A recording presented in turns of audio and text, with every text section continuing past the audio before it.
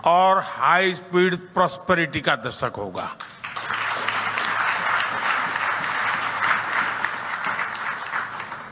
साथियों, आप भी जानते हैं कि ये समय वैश्विक अनिश्चितताओं और अस्थिरता का समय है और एक्सपर्ट्स कह रहे हैं कि सेकेंड वर्ल्ड वॉर के बाद ये सबसे अधिक अस्थिर समय अनुभव हो रहा है।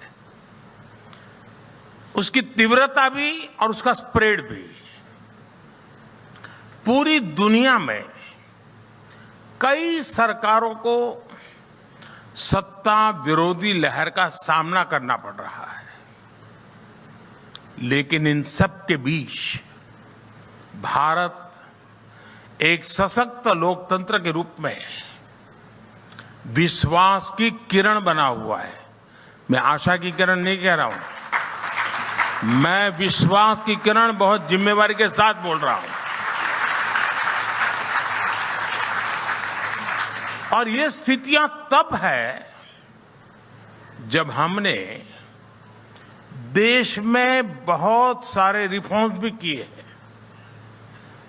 भारत ने ये साबित किया है कि गुड इकोनॉमिक्स के साथ ही गुड पॉलिटिक्स भी हो सकती है। साथियों, आज एक वैश्विक जिज्ञासा, ग्लोबल क्यूरियोसिटी है कि भारत ने ये कैसे किया। ये इसलिए हुआ क्योंकि हमेशा सिक्के के किसी भी पहलू को नजरअंदाज नहीं किया। ये इसलिए हुआ क्योंकि हमने देश की जरूरतें भी पूरी की और सपने भी पूरे किए। ये इसलिए हुआ क्योंकि हमने समृद्धि पर भी ध्यान दिया और सशक्तिकरण पर भी काम किया।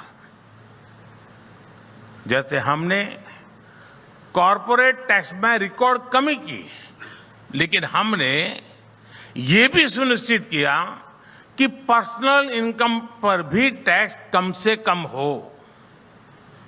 आज हम हाईवे, रेलवे, एयरवे, वाटरवे के निर्माण पर रिकॉर्ड इन्वेस्ट कर रहे हैं, लेकिन साथ ही हम गरीबों के लिए करोड़ों घर भी बनवा रहे हैं। उन्हें मुफ्त इलाज, मुफ्त राशन की सुविधा दे रहे हैं। हमने मेक इन इंडिया की पीएलआई स्कीम्स में छूट दी तो किसानों को बीमा से सुरक्षा और आय बढ़ाने के साधन भी दिए हैं।